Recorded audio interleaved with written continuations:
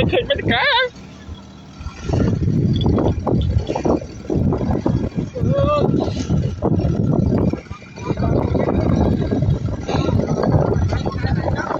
buồn mà buồn đừng nhẹ ngã đừng nhẹ mùi ngã không